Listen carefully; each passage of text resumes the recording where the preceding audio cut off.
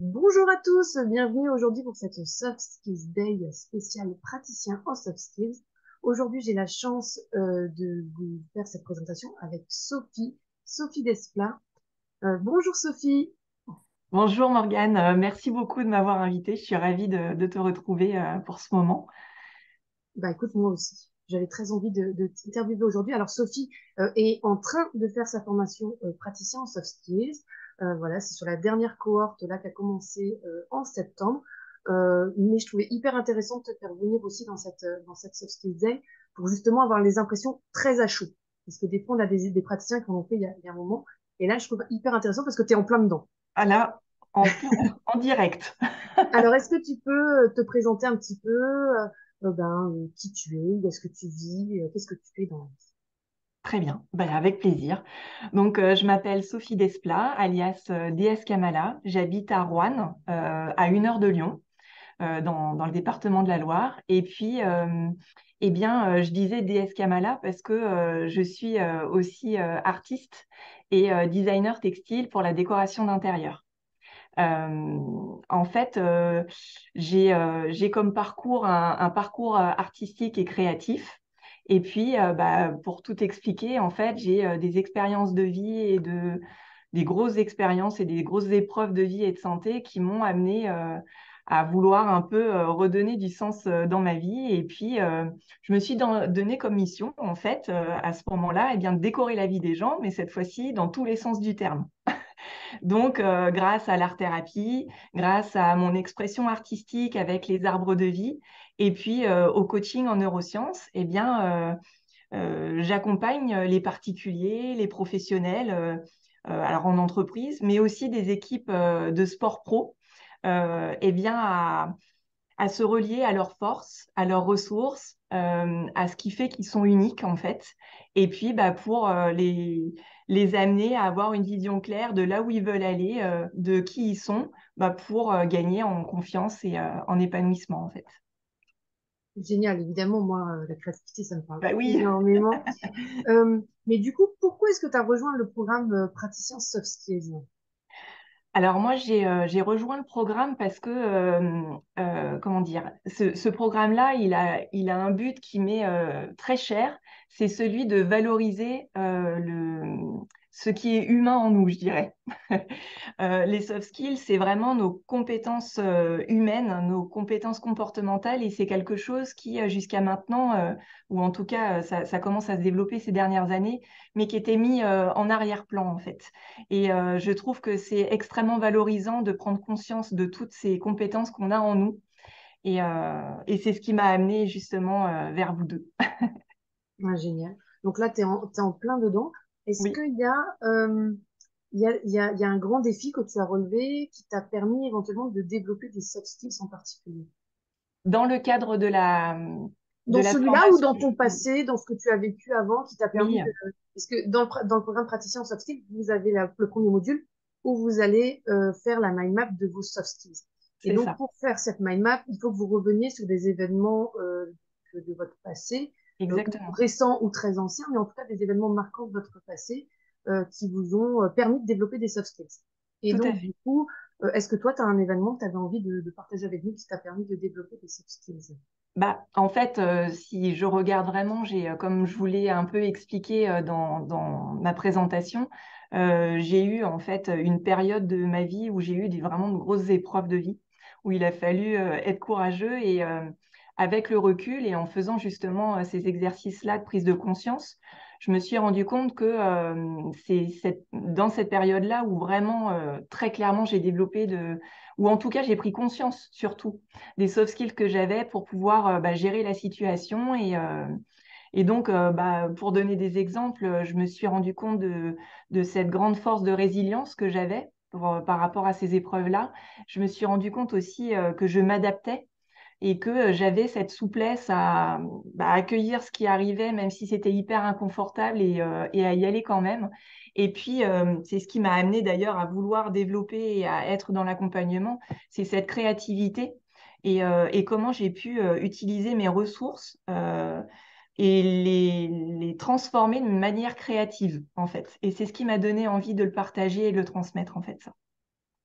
du coup, c'est les soft skills que tu as développés lors de de cette période de vie. Est-ce que c'est les soft skills qui aujourd'hui te permettent d'aller vers une nouvelle vie, un nouveau métier, enfin d'avoir créé quelque chose en fait à toi, en fait, c'est ça? Bah, complètement, c'est ça. Déjà, j'avais pas réalisé à quel point j'avais tout ça en moi. Et j'ai eu, en fait, cette prise de conscience-là, elle a été énorme parce que j'ai réussi à passer ces épreuves et à en ressortir plus forte. Et j'ai eu envie de dire ça à tout le monde, en fait. J'ai eu envie d'accompagner les gens en leur disant, mais vous vous rendez pas compte. Vous avez pas, parce qu'on est toujours en train de se poser la question en se disant, bah, je serai bien quand j'aurai atteint telle ou telle chose, alors qu'on a déjà tout en nous. Alors après, de manière plus ou moins développée, mais c'est ça que j'adore en fait avec les soft skills, c'est que le message qu'il faut retenir et que j'ai vraiment envie de, c'est qu'on peut tout apprendre. Si on a envie d'apprendre, c'est comme un muscle en fait, c'est ce qu'on a appris, c'est que c'est quelque chose qu'on peut développer. Alors il y en a certains qui mettront peut-être un peu plus de temps à se développer, mais il y en a d'autres qui sont tout prêts en fait à être découverts et à s'exprimer en fait, et c'est ça que je trouve génial en fait. Ouais, c'est vraiment comme un muscle, mais pour développer un muscle, il faut y revenir régulièrement. Est-ce que Voilà, c'est toi, ça. tu as mis en place quelque chose de l'ordre de la routine ou que ce soit journalier ou hebdo ou mensuel, mais quelque chose que tu fais régulièrement pour cultiver et pour entretenir ces soft skills-là?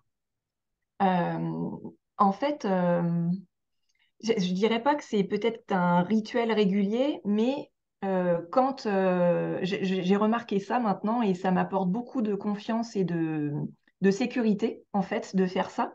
Donc je vous le partage, c'est que justement quand je suis déstabilisée par une situation ou quelque chose que j'ai à faire, je le ressens déjà. Alors, c'est ça qui est bien, c'est que plus on travaille, on se découvre et on prend conscience de soi, plus on est en contact avec ses émotions et ce qui se passe.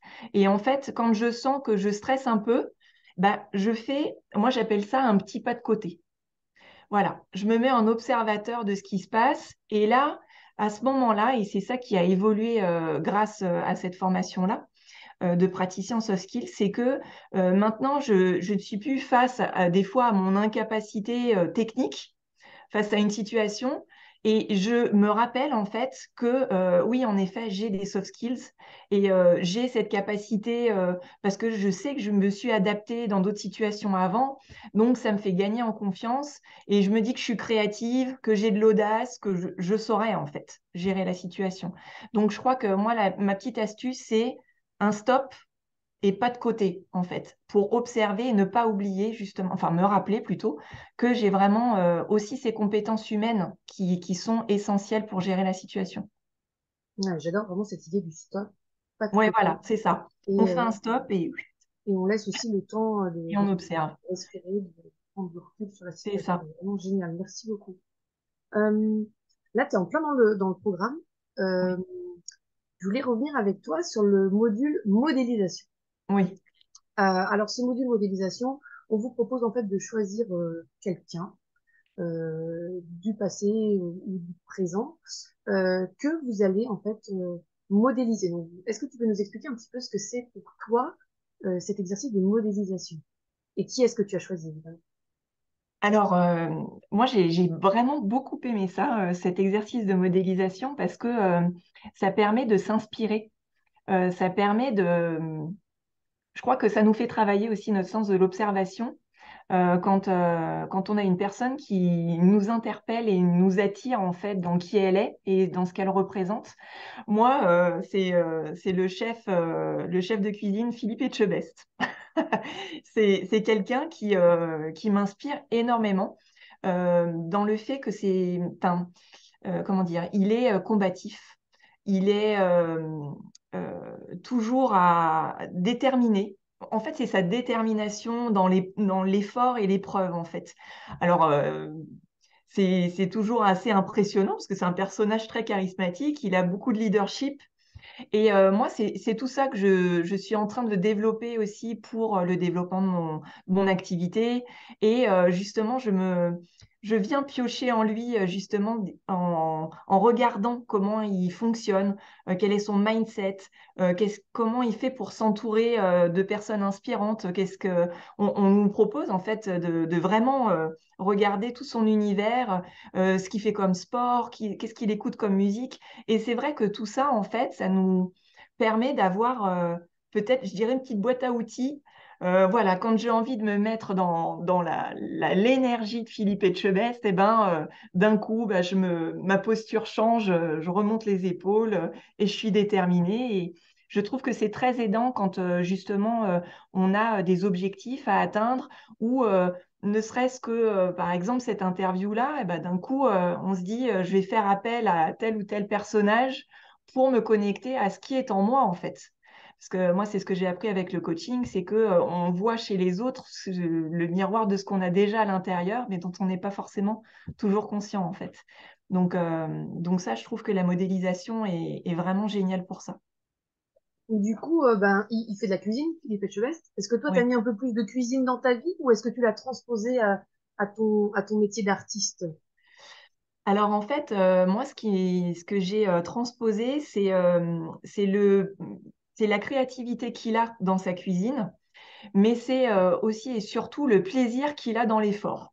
Ça, c'est quelque chose qu'il faut vraiment que je muscle et, euh, et vraiment le voir, en fait, le plaisir qu'il a à être dans une épreuve, dans les émissions qu'il peut faire au niveau de Top Chef, par exemple. Il se met toujours en challenge en se confrontant à de nouvelles personnes. Donc, il y a beaucoup d'humilité et il aime, en fait, j'aime en fait l'idée de se remettre en question et puis d'être toujours en perpétuelle évolution en fait sur qui on est, plutôt que s'arrêter sur ses acquis et puis s'endormir peut-être un peu en fait.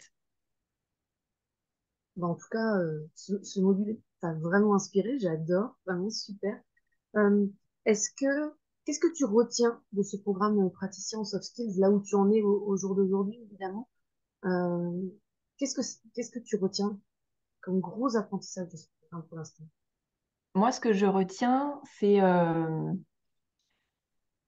euh, c'est la possibilité de justement de grandir constamment en fait.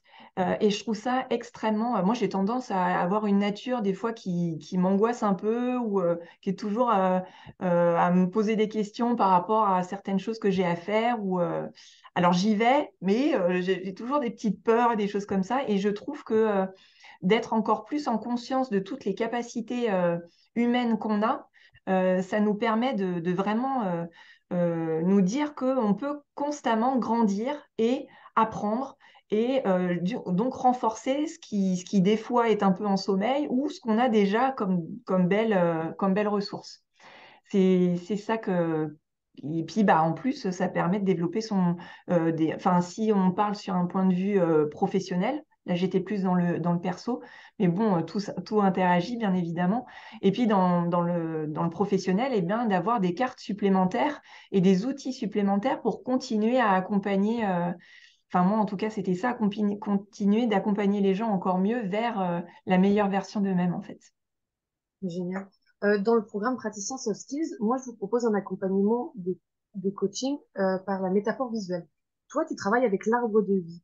Est-ce Oui. que tu peux nous parler de l'arbre de vie et des liens? Parce que moi, j'ai vu beaucoup de liens en fait entre l'arbre de vie et ce que je pratique avec la métaphore.